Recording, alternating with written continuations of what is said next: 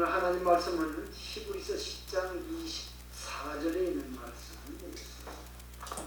히브리서 10장 24절에 있는 말씀.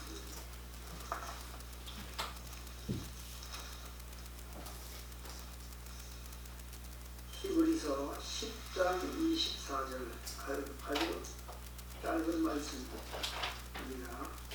한 절 같이 읽도록 하겠습니다. 시작. 서로 돌아와 사랑과 선행을 격려하며. 아멘. 오늘 저는 이제 지난주 수요일까지 인생에 관한 시리즈로 이렇게 말씀을 7차례 전했는데, 오늘 이제 그 인생에 대한 시리즈를 마치고 오늘 히브리서 10장 24절에 있는 말씀을 가지고 칭찬과 격려의 힘이라고 하는 제목으로 여러분 말씀을 나누고 있습니다.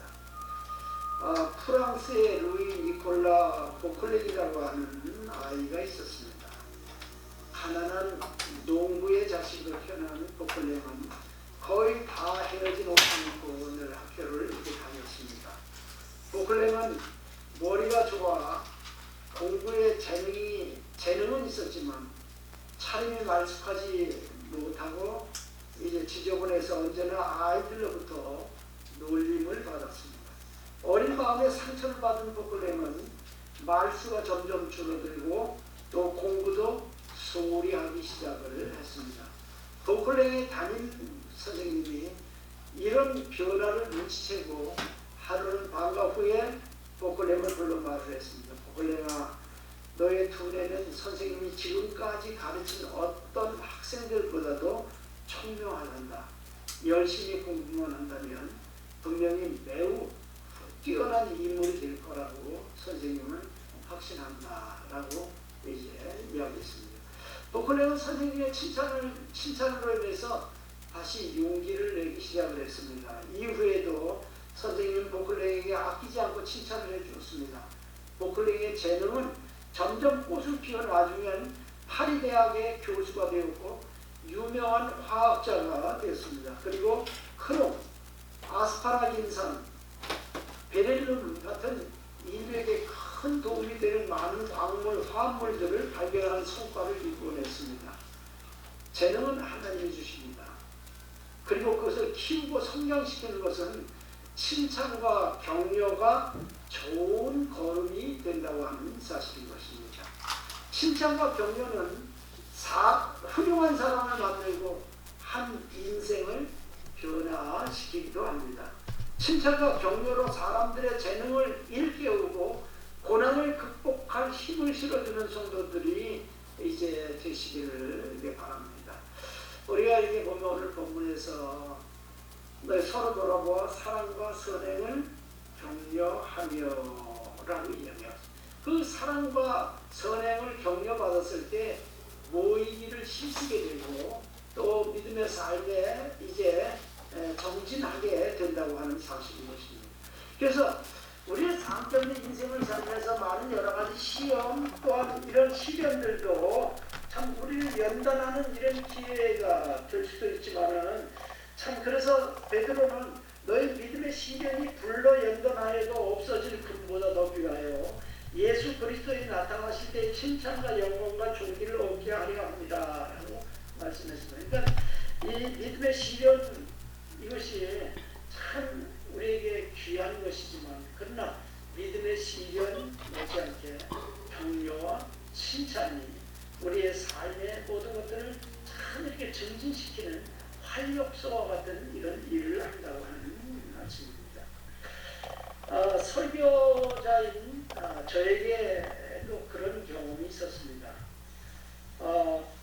새삼교회 이제 강효일 목사님이 부임을 하고 처음으로 저에게 예배 이렇게 오후 예배에 와서 말씀을 전해달라고 이렇게 이제 설교 부탁을 해왔습니다. 초청을 해왔습니다. 개척을 하고 작은 교회를 목회하다 보니까 사역자가 없으니까 본 교회 예배를 두고 어디 갈 수 있는 기회는 거의 없었습니다. 그리고 작은 교회 목사를 어디서 불러주는 사람도 거의 또 그렇게 없었고, 그래서 다른데 이제 나가서 말씀을 전할 수 있는 기회가 별로 없었습니다. 우리 참 교회와 세상 교회는 한 거리상으로 차로 한 15분 정도 맨 넉넉히 이제 오고 갈 수 있는 거리가 되기 때문에 이제 그 강민 목사님이 오전 예배 목사님 교회에 설교하고 오후에 이제 예배 없으니까 오후 예배 설교를 와서 좀 해달라 이렇게 이제 부탁을 해서 제가 이 초청에 승낙을 했습니다. 오후 예배에 가니까 한 300여 명 이렇게 이제 모여서 이제 그들에게 말씀을 전했습니다. 그런데 그 다음 날 아침에 일찍 며칠 전에 이제 소천하신 강인규 원로 목사님이 이제 전화가 왔어요. 그래서 전화를 해서 나 누군지 알아요? 물어보더라고요. 강인규 목사님이시네요. 그랬더니 아니 목사님이 어쩐 일로 저에게 전화를 하셨습니까? 그러니까 강 목사님으로부터는 평생 처음 받는 전화였어요. 강 목사님 제가 신학교 다닐 때 설교학 교수님으로 그분이 외모가 아주 따뜻하시거든요. 아주 머리 하얀 머리 까만 머리 한 절반쯤 있어갖고 딱 빗어서 이렇게 딱 내기고 그 다음에 금태 안경 딱 쓰고 이렇게 이제 키도 크고 이렇게 이제 덩치도 있는 분이 그렇게 아주 늘 이렇게 핸섬하게 아주 깔끔하게 이렇게 하셔서 우리가 느끼기에는 일본 강점기 시대에 그 이제 순사 일본 순사 모양 딱 그렇게 이제 그런 이제 느낌이 그런 외모에서 풍기는 이미지가 그랬습니다. 그리고 그분이 엄격하고 이렇게 아주 깐깐하기로 아주 이름이 있어서 설교 시간에 설교 이제 시범을 이렇게 이제 시키면 이제 한 사람씩 나와서 설교를 하잖아요. 그러면 이제 물론 이제 배우고 있는 학생들이니까 설교문에 단어 하나, 단어가 적절한가 이런 거 단어 하나, 그 다음에 언어의 발음이 정확한가, 그분은 아주 그래요. 언어의 발음이 정확한 사람은 설교자로서 부름받는 게 아니니까 아예 설교할 생각하지 말아요. 왜 말이 분명하지 않은데 어떻게 다른 사람에게 하나님의 말씀을 전달하겠냐 이렇게 이제 이야기를 하시는 이런 정도니까. 그리고 얼굴 표정 하나 그냥 지나치신 법이 없이 지적을 하시는 이런 목사님이었습니다.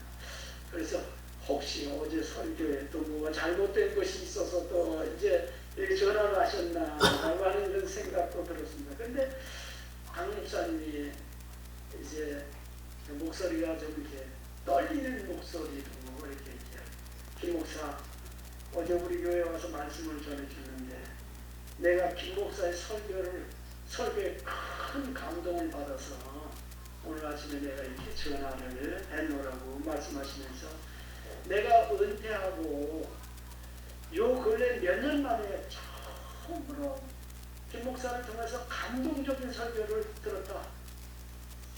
예배 마치고 집에 들어가서 저녁에 잠을 자려고 하는데 가슴이 참 뛰어서 참 밤잠을 다 내가 설쳤다라고 이야기를 하면서 그렇게 이제 격려를 해 주시더라고요.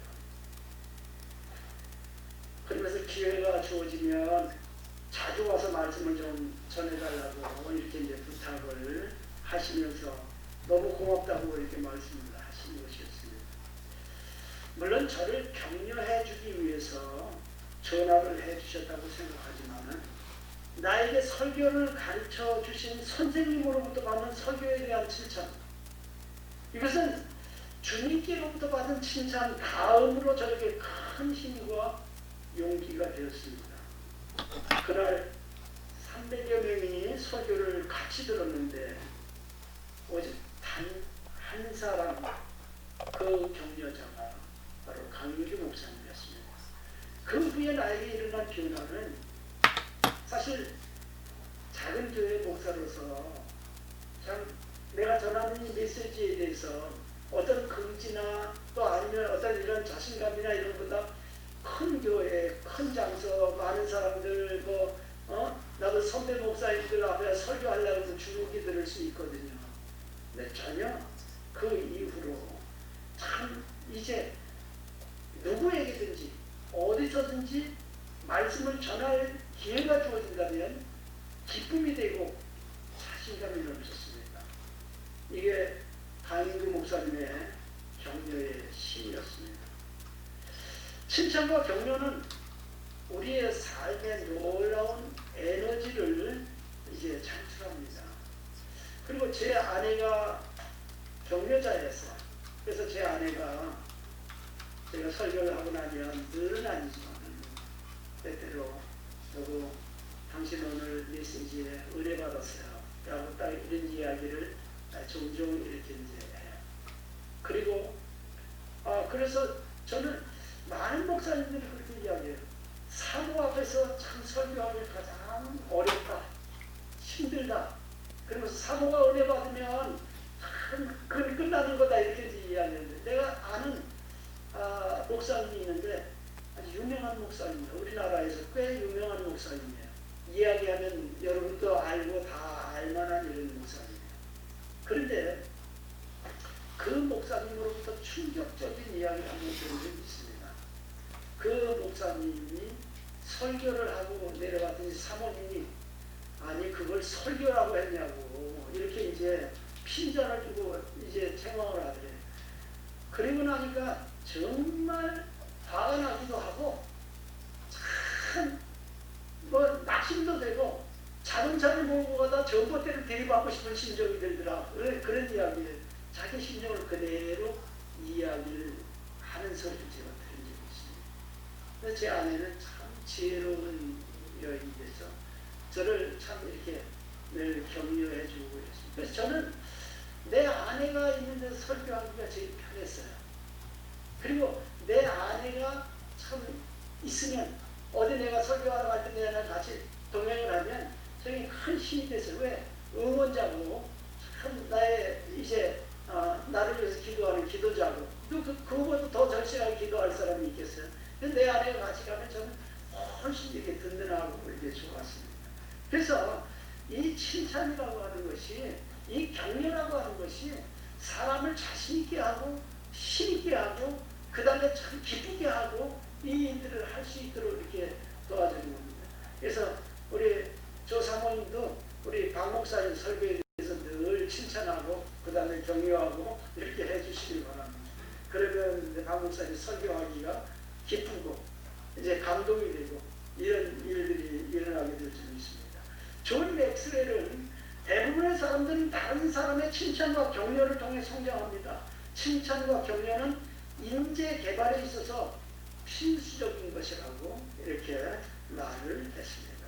칭찬과 격려의 말 한마디는 짧지만 그 파급의 효과는 어마어마하다고 하는 사실인 것입니다. 그래서 칭찬이 좋은 10가지 이유라는 글을 제가 얘기하는데 이런 내용. 첫 번째, 칭찬은 바보를 천재로 만든다.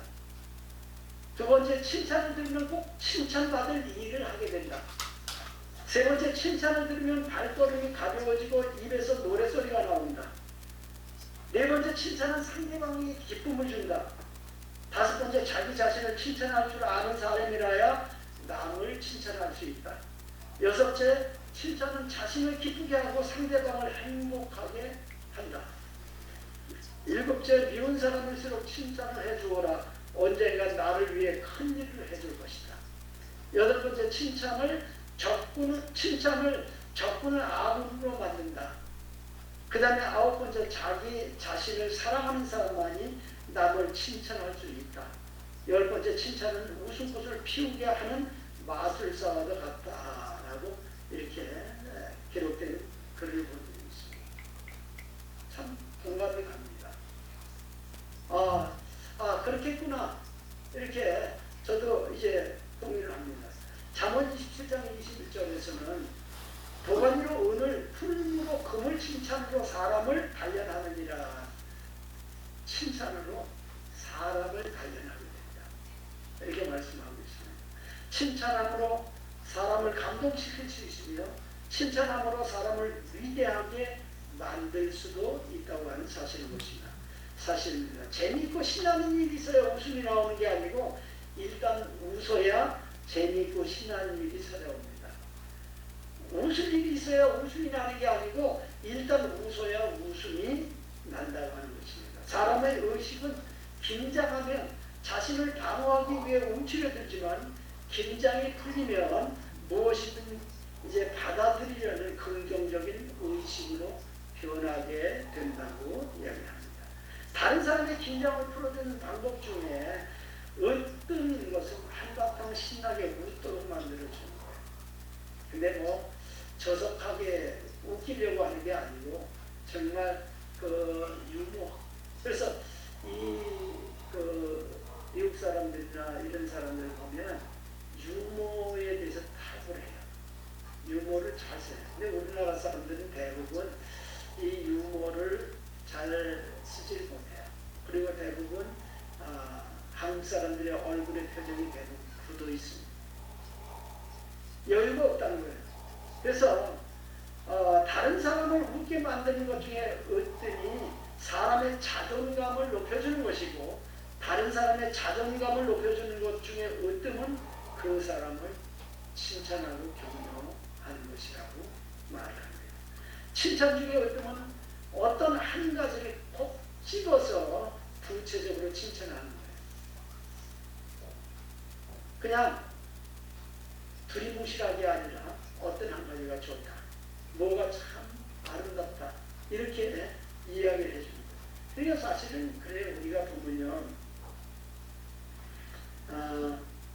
사람의 이목구비가 다 갖춰져서 아름다운 사람들도 있지만은 그렇지 못한 사람도 있거든요.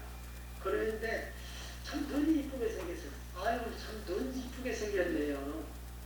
눈이 참 빛나네요. 이렇게 이야기하든지 아니면 귀가 참 잘생겼어요. 이렇게 이야기하면 뭐 얼굴이 잘생겼다는 얘기는 아니거든요. 근데 어쨌든 그렇게 칭찬을 해주면요.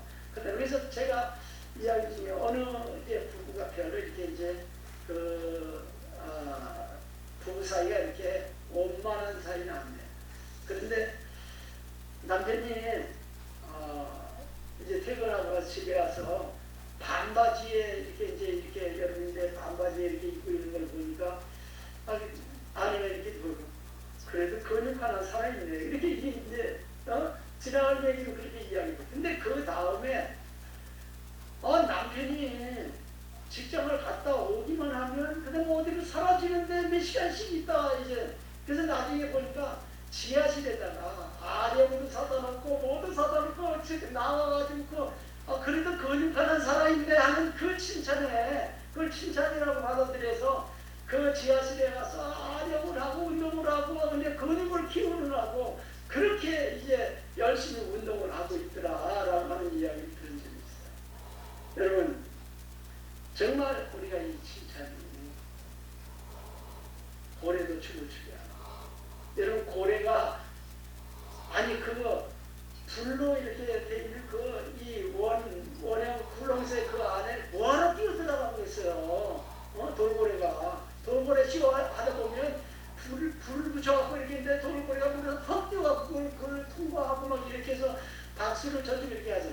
그런데요 관중들의 박수 그거 관심 별로 없고 돌고래는 이제 끝나고 나면 그 훈련한 조련사가 이마 톡톡 뜨면서 수고했어 잘했어 이렇게 하고 꽁치 한 마리 주는 거 그게 좋아서 그 시키는 대로 그 일을 한다는 거예요. 그래 칭찬은 고래도 춤을 추게 한다는 말이 그 말입니다. 그러니까 동물이라도 칭찬해주고 격려해주고 이렇게 하니까 그렇게 하더라는 거예요. 그래서 우리가 이 칭찬이라고 하는 것이 얼마나 교회를 아름답게 하고 또한 성도들과 참 이제 목사님 사이에 이 간격을 좁혀주고 아름답게 하는지 모릅니다. 부산에 있는 어떤 교회 목사님의 이야기예요. 그 목사님이 교인들과의 관계가 별로 안 좋아서 늘 긴장된 일상의 나날이었는데 어느 주일부터 설교의 처음 시작을 이렇게 해봤다고 합니다. 교인들을 유심히 살피면서 매주 한 사람씩의 칭찬거리, 장점을 찾아내서 그것을 언급하면서 물론 아무게 이렇게 이야기를 안 하더라도 참 이런 모습을 이런 것을 가지고 있는 성도들인데 참 아름답다 이렇게 이야기를 칭찬을 해주면서 자연스럽게 설교를 시작했다고 합니다. 그렇게 칭찬을 했더니 교인들이 변하기 시작하더랍니다. 우는 얼굴에 침 못 뺀다는 옛말이 있듯이 자신들을 칭찬한 목사를 어떻게 미워합니까? 교인들이 목사님을 마음에 안 들어 하는 것, 이것은 목사님이 교인들을 칭찬하지 않기 때문입니다. 목사님이 교인들의 마음에 안 들어 하는 것은 교인들이 목사님을 칭찬하지 않기 때문에. 내 교회 안에서 참 목사님을 칭찬하고 이렇게 또 목사님 설교에서 목사님 오늘 그 말씀에 은혜 받았습니다. 참 축복이 됐습니다.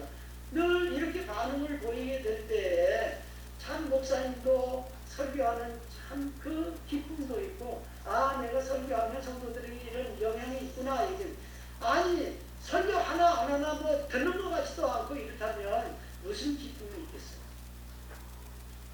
한 번은 한 교회에 이제 목사님이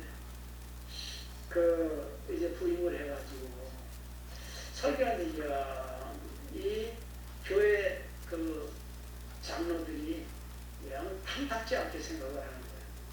그런데 그날 설교를 이렇게 하고 내려갔더니 장로 중에 한 사람이 이야기를 하더래요. 목사님, 오늘 목사님 설교를 죽을 주셨습니다. 딱 이야기를 하더래요. 어떻게 했어요? 근데 그 목사님이 환자한테 병자한테 죽먹이지 밥먹여? 이렇게 이야기를 했다고요. 그러니까 이런 목사와 성도들 안에도 이런 갈등과 이런 부분들을 가지고 알력을 가지고 살아가는 현실 이 교회들의 모습의 한 부분인 거예요. 그래서 교회 안에 목사님과 참 성도들이 하나가 되고 또 이렇게 참 이 호흡이 잘 맞는 것, 이것도 다른 게 아니라 뭐가 이어진다고요? 칭찬과 격려가 그렇게 이어진다는 것입니다. 여러분 이제 박 목사님이 앞으로 이제 사역을 맡아서 다 이렇게 이제 해 나가실 건데, 여러분 박 목사님의 말씀과 설교와 모든 것에 대해서 여러분 칭찬을 많이 보내주시길 바랍니다. 그러면 여러분들이 칭찬한 것과 같은 목사님이 될 겁니다. 그럼 그 복을 누가 누려요? 여러분들이 누리게 됩니다. 그래서 여러분 정말 이 칭찬과 격려를 아끼지 않는 성도가 좋은 교회를 만드는 성도입니다. 잠언 31장 31절에 그 손의 열매가 그에게로 돌아갈 것이요 그 행한 일을 인하여 성문에서 칭찬을 받으리라 라고 말씀이 있습니다. 자기가 심은 열매를 자기가 먹는 거예요. 성도들이 정말 이렇게 목사님 칭찬하고 격려하게 될 때 그 열매를 자신들이 먹게 된다고 하는 것입니다. 해마다 적자를 보는 회사가 있었습니다. 원인이 무엇인가 하고 조사를 해보았더니 사원들의 얼굴 표정이 하나같이 중상이었고 간부급 직원들이 부하 직원을 놓고 늘 호통을 치고 답답을 하더랍니다. 그 상사에게 물었습니다. 혹시 부하를 칭찬해 본 적이 있습니까? 말도 마십시오. 어디 칭찬할 구석이 있어야지. 칭찬할 거디기가 있어야 칭찬을 하죠. 이렇게 이야기를 하더랍니다. 근데 해마다 흑자를 내는 회사가 있었습니다. 이번에도 원인을 조사해 보았습니다. 전 사원의 얼굴에 항상 미소가 묻어 있었고 상사와 부하 직원들은 서로 칭찬을 아끼지 않았습니다. 상사의 칭찬은 일의 사기를 높여준 것입니다. 또 부하에게 존경과 인정을 받는 상사는 긍지와 보람을 느끼게 된 것입니다. 여러분 노시보 효과라고 하는 말이 있어요. 이 노시보 효과라고 하는 이 말은 이런 내용입니다. 사람들에게 집단적으로 아무 약효가 없는 약을 투여하면서 두통을 일으키는 약이라고 했더니 실제로 70%가 두통을 일으켰다고 합니다. 사람은 부정적인 감정과 사고를 갖게 되면 삶에 주시어서 하나님의 뜻을 이룰 수 있게 해 주시옵소서.